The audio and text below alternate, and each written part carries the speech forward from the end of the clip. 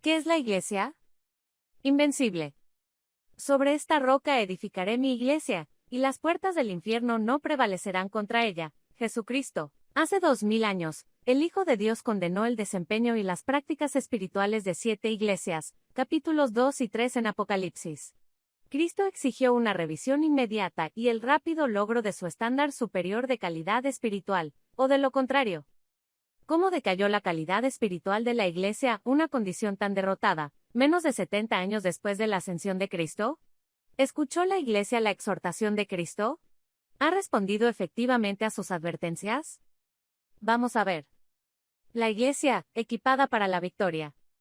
Durante su misión terrenal, Cristo demostró su suprema invencibilidad sobre todos los adversarios. Cristo ejerció la autoridad suprema sobre la enfermedad, la muerte, la naturaleza y sus leyes, los demonios, Satanás, la tentación y el mundo. Él otorgó este poder y autoridad a su iglesia para que fuera igualmente victoriosa. Y te daré las llaves del reino de los cielos, y todo lo que ates en la tierra será atado en los cielos, y todo lo que desatares en la tierra será desatado en los cielos. Mateo 16 y 19. He aquí, os doy potestad de holler serpientes, y escorpiones y sobre toda fuerza del enemigo, y nada os dañará. Lucas 10 y 19. En verdad, os digo, el que en mí cree, las obras que yo hago, él las hará también, y aún mayores que éstas hará. Porque yo voy al Padre. Y todo lo que pidáis en mi nombre, eso haré, para que el Padre sea glorificado en el Hijo. Si pedís algo en mi nombre, lo haré. Juan 14 y 12 al 14. Cristo tenía la intención de que su cuerpo fuera invencible, como Él es. Como tal, la Iglesia constituye la máxima autoridad en la tierra, bajo la palabra de Dios. El cuerpo de Cristo no está sujeto a ningún hombre, sino solo a Cristo, su cabeza. Operaciones de rutina de la Iglesia supervisadas por Dios, el Espíritu Santo. Además, en la ausencia física de Cristo, Dios asignó el Consolador, es decir, el Espíritu Santo a la Iglesia. El Espíritu Santo regenera, convence, llena, instruye, distribuye los dones espirituales, y en general, supervisa la obra de la Iglesia. La primera Iglesia, un ejemplo modelo. La obediencia y eficacia de la primera iglesia local, la Iglesia de Jerusalén, se registra en los primeros 10 capítulos del libro de los Hechos. Esta iglesia local comenzó su ministerio en plena demostración de la soberanía, la autoridad y el poder supremo de Cristo. Esta iglesia modelo cumplió con todas de las condiciones Cristo para el derramamiento prometido por Dios sobre los creyentes para ejecutar su doble misión. Obediente a los mandamientos de Cristo, esta iglesia disfrutó posteriormente de todas las bendiciones que Cristo pidió al Padre en el Evangelio de Juan, capítulos 14, 16 y 17. A la iglesia de Jerusalén se le confió la autoridad soberana de Cristo para hacer la voluntad de Dios, y se le otorgó su poder para derrotar a todos los adversarios. Los primeros 10 capítulos de Hechos ilustran cómo una iglesia local amante y obediente es bendecida y empoderada por Dios para hacer su voluntad. Dios encomienda a su invencible ejército de ángeles para luchar contra las fuerzas del espíritu maligno en los lugares altos. Hechos muestra cómo no hay fuerza en el universo lo suficientemente poderosa como para resistir un movimiento local del cuerpo invencible de Cristo. Con el tiempo, a pesar del gran crecimiento en la región, la calidad espiritual de la iglesia comenzó a estancarse. Las herejías se infiltraron, causando varios pecados, incluida la división, el sacerdocio, es decir, el sistema de clérigos y laicos, y la fornicación. Los apóstoles respondieron rápidamente, exhortando a las iglesias locales por sus desviaciones del estándar justo de Cristo, la palabra de Dios. Las advertencias y el ánimo de los apóstoles constituyen una parte importante del Nuevo Testamento. Finalmente, al final de la Biblia, Cristo mismo hizo una aparición especial al apóstol Juan, más de 60 años después de su ascensión. Cristo reprendió duramente a 7 iglesias y les advirtió de las graves consecuencias del incumplimiento. ¿Qué provocó este drástico fracaso en la iglesia? Sabemos que en virtud de su naturaleza y dotación sobrenatural, no hay adversario en el cielo o en la tierra que pueda derrotarlo. La naturaleza del problema debe haber sido, como Cristo y los apóstoles identificaron, desde dentro de la iglesia. Cristo y los apóstoles identificaron explícitamente numerosos problemas dentro de la iglesia, incluido el pecado. Todos estos problemas requerían arrepentimiento y regreso a la norma de la justicia de Cristo, el amor y la obediencia a su palabra. ¿Sé la iglesia ante sus adversarios? ¿Qué sucedió dentro de las iglesias que hizo que Cristo emitiera personalmente esta terrible serie de advertencias registradas en el libro de Apocalipsis? Podemos sentir la santa ira de Cristo y exigir una acción correctiva inmediata, como sus guerreros, para levantarnos, vencer, prepararnos para la batalla y enfrentar al enemigo. ¿Qué le ha sucedido a la Iglesia invencible? Este poderoso mover de Dios, el misterio de las edades que causó que resultara en tal decadencia. ¿Respondió la Iglesia eficazmente a las exhortaciones de Cristo y de los apóstoles? Desafortunadamente, el registro bíblico de la historia de la Iglesia termina en el libro de Apocalipsis. Debemos recurrir a fuentes de historia secular para monitorear el progreso de la Iglesia a través de los tiempos. Las 10 persecuciones. Sin duda inspirado por Satanás para acabar con la Iglesia, el incendio de Roma en el primer siglo fue atribuido a los cristianos. Esto desencadenó el inicio de las persecuciones por parte del gobierno romano. Hubo 10 grandes persecuciones en los primeros 3 siglos. Sin embargo, las persecuciones fracasaron en los planes de Satanás y produjeron muchos mártires que sirvieron para avivar la llama del cristianismo. Incapaz de acabar con el cristianismo por completo mediante la tortura y los asesinatos en masa, Satanás cambió de táctica.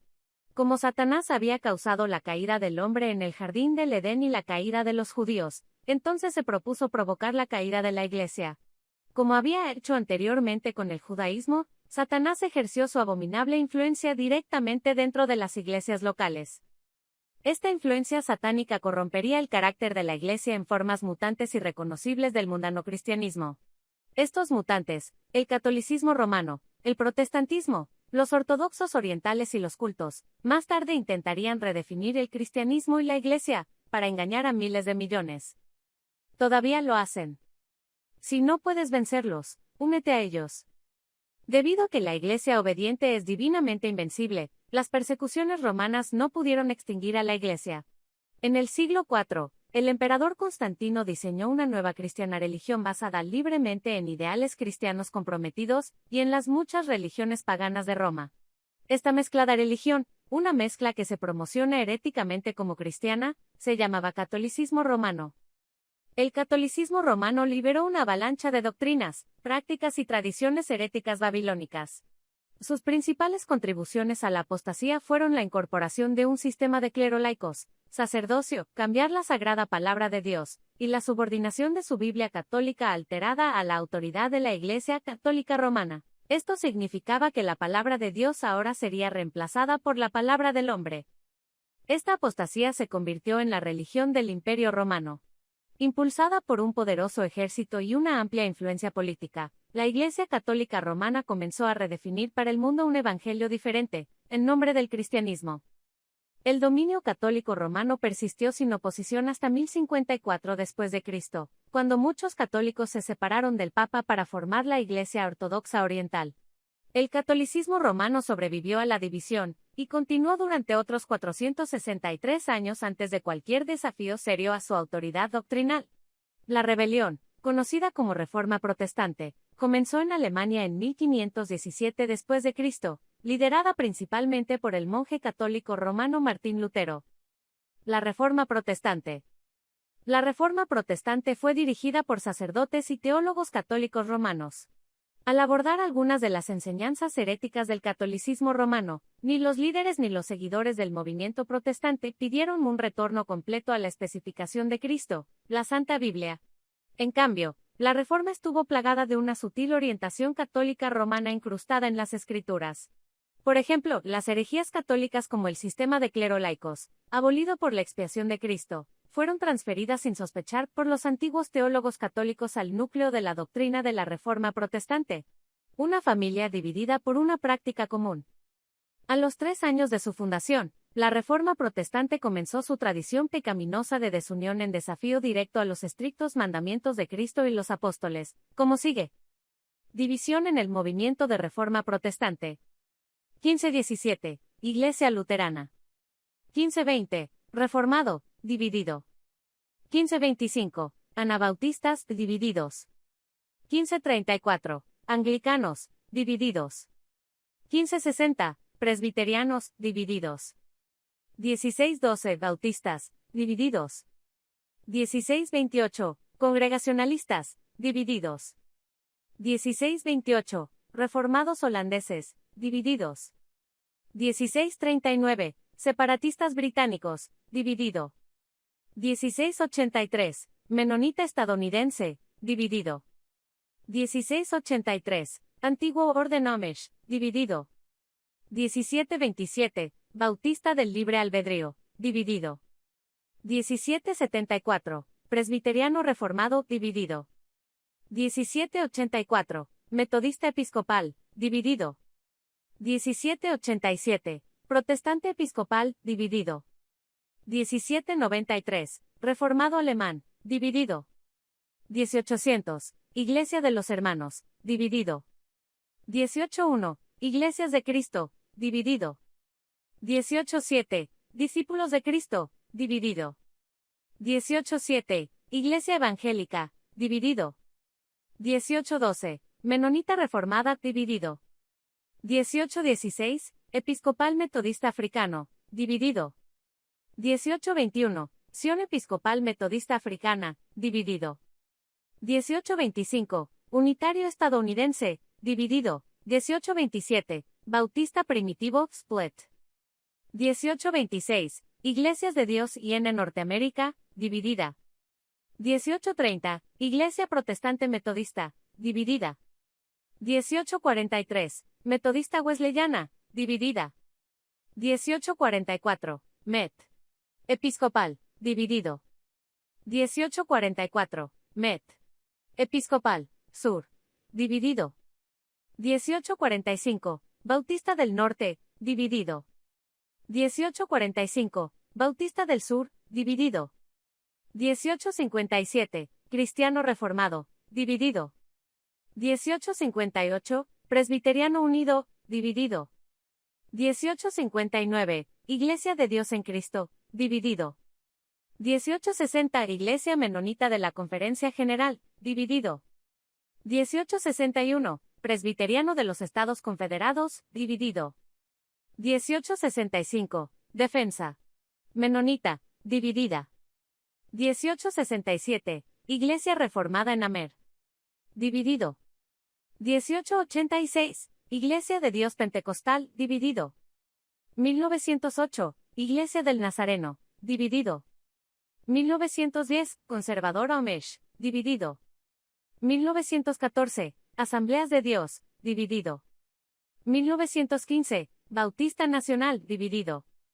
1927. Discípulos de Cristo, dividido. 1927. Vichy Menonite, dividido. 1931. Congregacional, dividido. 1932. Bautista Regular, dividido. 1936. Presbiteriano de Estados Unidos, dividido. 1947. Bautista Conservador, dividido. 1950. American Baptist, split.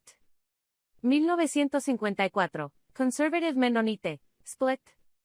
1957. United Church of Christ, split.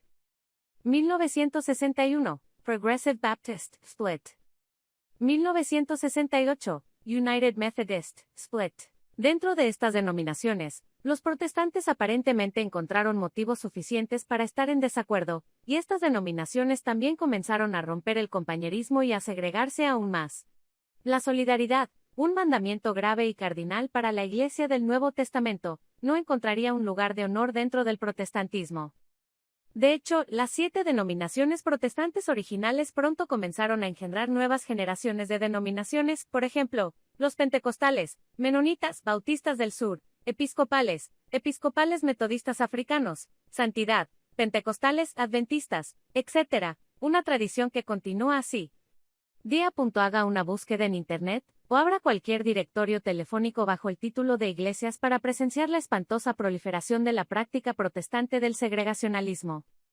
De hecho, la Enciclopedia Cristiana Mundial ha tabulado 33,830 cristianas denominaciones. En aras de la superioridad denominacional, los protestantes luchan por numerosas interpretaciones no cardinales, es decir, el dogma. Una revisión básica de la historia de la Iglesia protestante en los Estados Unidos registra cómo la intolerancia de los protestantes entre sí ha llevado con frecuencia a actos de violencia y asesinato. Por ejemplo, en Pensilvania, los bautistas ahorcaron a los anabautistas, es decir, menonitas y Amish, por haber sido bautizados 2 veces. Antiguos católicos, anabautistas convertidos sintieron que debían ser bautizados de nuevo ahora que habían nacido de nuevo de verdad. Y sus hermanos bautistas los mataron por ello. Poco después de que los puritanos llegaran a los Estados Unidos para escapar de la persecución religiosa, colgaron a Mary Dwyer en Boston. Por ser cuáquera. Su estatua aún permanece en Boston Common, en Boston, Massachusetts. La lista del compromiso de los protestantes con la desunión continúa hasta el día de hoy. Más interesado en encontrar diferencias que en quién nos hace uno. Los temas cardinales de la fe forman la base de las creencias del cristiano, por ejemplo, el nacimiento virginal de Jesús, su divinidad, la irrelevancia de las Escrituras, la muerte sustitutiva de Jesús en la cruz por nuestros pecados, resurrección física de Jesús y regreso inminente, etc. Pero los protestantes parecen más interesados en encontrar áreas de desacuerdo entre los hermanos que en afirmar los elementos comunes de la fe. Jesús dijo: una casa dividida no puede subsistir. Si la Iglesia primitiva estaba en problemas, apenas 70 años después de su inicio, ¿en qué forma espiritual podría estar la Iglesia del siglo XXI, 2000 años después? El estado actual de las cosas de la Iglesia. No hay tiempo ni espacio, en este sitio web, para enumerar los abusos del protestantismo moderno, ni serviría para ningún propósito constructivo. Baste decir que si el Señor condenó el débil desempeño espiritual de esas 7 iglesias del primer siglo, ¿cuál podría ser su actitud hacia el protestantismo de hoy? Lo que debe y no debe hacer Cristo para la Iglesia. Durante su ministerio terrenal, Cristo proporcionó muchas enseñanzas sobre lo que debe y no debe hacer para el cristiano y para la Iglesia. Muchas de estas estipulaciones son obvias para cualquier lector de los Evangelios. Sin embargo, los protestantes se han entrenado para pasar por alto estas incómodas áreas bíblicas en las que están en un desafío flagrante. Aquí hay algunos ejemplos de desviaciones menores de los mandamientos de Cristo, que pueden ser sintomáticos de un rechazo más profundo de la palabra. No hay ropa especial que signifique función, posición o rango. Mat. 23:5 Pero todas sus obras las hacen para ser vistos por los hombres, ensanchan sus filacterias y ensanchan los bordes de sus vestiduras. Ningún asiento de estatus religioso. Mat.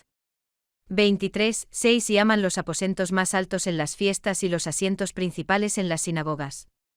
Sin títulos de estatus religioso. Mat. 23:7 Y saludos en los mercados y ser llamado por los hombres, rabí, rabí. Mate. 23:8 Pero no te llames rabí, porque uno es vuestro maestro, el Cristo, y todos vosotros sois hermanos. Mate. 23:9 Y a nadie llaméis Padre vuestro en la tierra, porque uno es vuestro Padre, que está en los cielos. Mate. 11:10 Ni seáis llamados amos, porque uno es vuestro Maestro, el Cristo. No hay oración especial. Mate. 6:5 Y cuando ores, no seas como los hipócritas, porque a ellos les encanta orar de pie en las sinagogas y en las esquinas de las calles, para ser vistos por los hombres. De cierto os digo que ya tienen su recompensa. Sin autoridad organizativa, todos son hermanos. Lucas 22:25 hasta 27, y les dijo: los reyes de las naciones se enseñorean de ellos, y los que ejercen autoridad sobre ellos son llamados bienhechores. Pero vosotros no seréis así, pero el que es el mayor entre vosotros, sea como el más joven, y el que dirige, como el que sirve él. Porque ¿cuál es mayor, el que se sienta a la mesa o el que sirve? No es el que se sienta a la mesa, pero yo estoy entre vosotros como el que sirve. Lista de los abusos flagrantes de la autoridad y el propósito de la Iglesia son exhaustivos, pero es el Señor quien debe juzgar. Quizás sea más constructivo para nosotros revisar los factores clave del Señor para la Iglesia invencible. Un llamado para que todos los cristianos regresen a la Iglesia invencible. Para empezar, una Iglesia obediente se compone de santos obedientes. Debe comenzar con los creyentes fieles que han progresado más allá de la etapa inicial del cristianismo carnal del creyente, bebés en Cristo. Como describió el apóstol Pablo, los cristianos carnales no crecen espiritualmente. Permanecen en la cruz, en el estado perpetuo de reconocer a Cristo, solo como Salvador. No han madurado al estado espiritual rendido en el que lo sirven como su Señor. En esencia, todavía están haciendo lo suyo. Cristo caracterizó al siervo fiel como amoroso y obediente. Los vencedores deben estar consagrados a obedecer los mandamientos del Señor del Nuevo Testamento. Este es el criterio por el que todos seremos juzgados.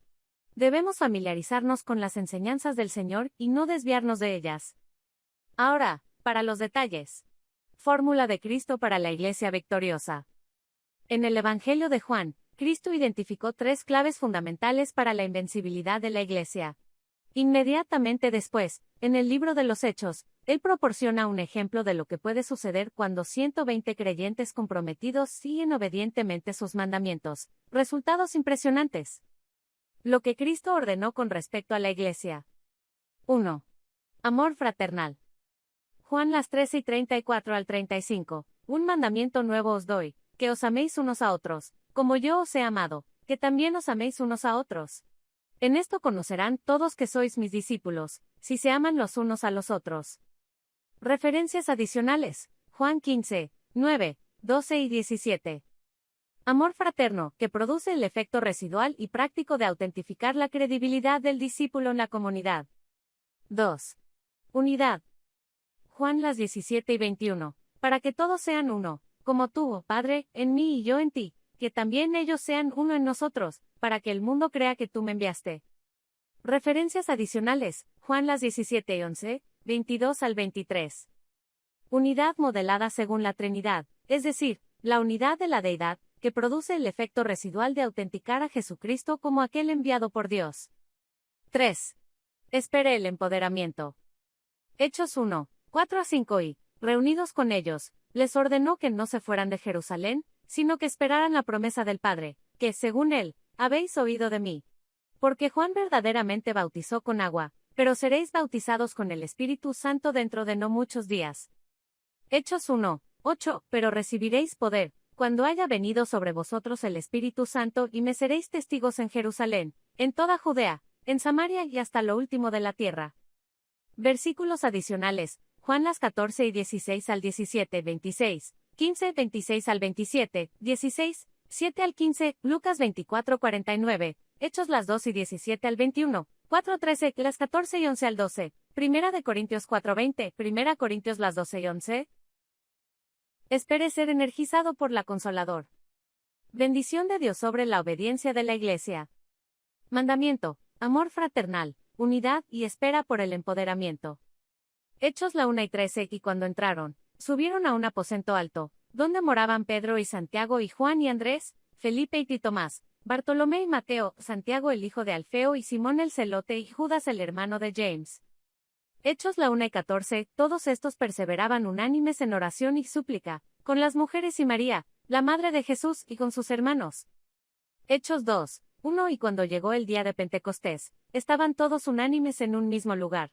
Y después de 10 días completos de estos 120 creyentes obedientes, estando unánimes, en un solo lugar, orando y esperando pacientemente. Hechos 2, 2, y de repente vino del cielo un estruendo como de un viento recio que soplaba, y llenó toda la casa donde estaban sentados. Hechos 2, 3, y se les aparecieron lenguas divididas como de fuego, y se sentó sobre cada uno de ellos. Hechos 2, 4, y todos fueron llenos del Espíritu Santo y comenzaron a hablar en otras lenguas, según el Espíritu les daba expresión. ¿Cómo se logró esto? La Iglesia Interna de Misión. Hechos las 2 y 42, y perseveraban en la doctrina de los apóstoles, en la comunión con los apóstoles, en el partimiento del pan y en las oraciones. Hechos las 2 y 46 y ellos, perseverando unánimes cada día en el templo y partiendo el pan de casa en casa, comían su comida con alegría y sencillez de corazón. ¿Cómo se logró esto? La Iglesia Externa de Misión Evangelización. El Espíritu Santo se derramó, y Pedro predicó el Evangelio. Hechos las 2 y 41, entonces los que con gozo recibieron su palabra fueron bautizados, y el mismo día les fueron añadidas unas 3,000 personas. Hechos las 2 y 47 alabando a Dios, y teniendo el favor de todo el pueblo. Y el Señor añadía a la Iglesia todos los días los que debían salvarse. Satisfacer las necesidades prácticas de la comunidad, hacer el bien, como lo hizo Jesús. Hechos 3, 6. Entonces Pedro dijo, no tengo plata ni oro, pero lo que tengo te doy, en el nombre de Jesucristo de Nazaret, levántate y anda. Querido hermano o hermana, puedes hacer esto en tu comunidad. No necesita una organización de clérigos y laicos. De hecho, Cristo habló en contra Mateo 23, 2 al 12, Lucas 22, 24 al 27, Apocalipsis 2, 6. Todo lo que se necesita son 2 o más creyentes fieles que amen y obedezcan al Señor. Simplemente siga los mandamientos de Cristo arriba, es decir, amor fraternal, unidad y espere el empoderamiento. Deje que el Espíritu Santo designe pastores, maestros, hacedores de milagros, etc., según lo decida. Y nunca te apartes de la palabra de Dios. Que el buen Dios bendiga vuestros esfuerzos. ¿Cuál es el plan estratégico de Dios?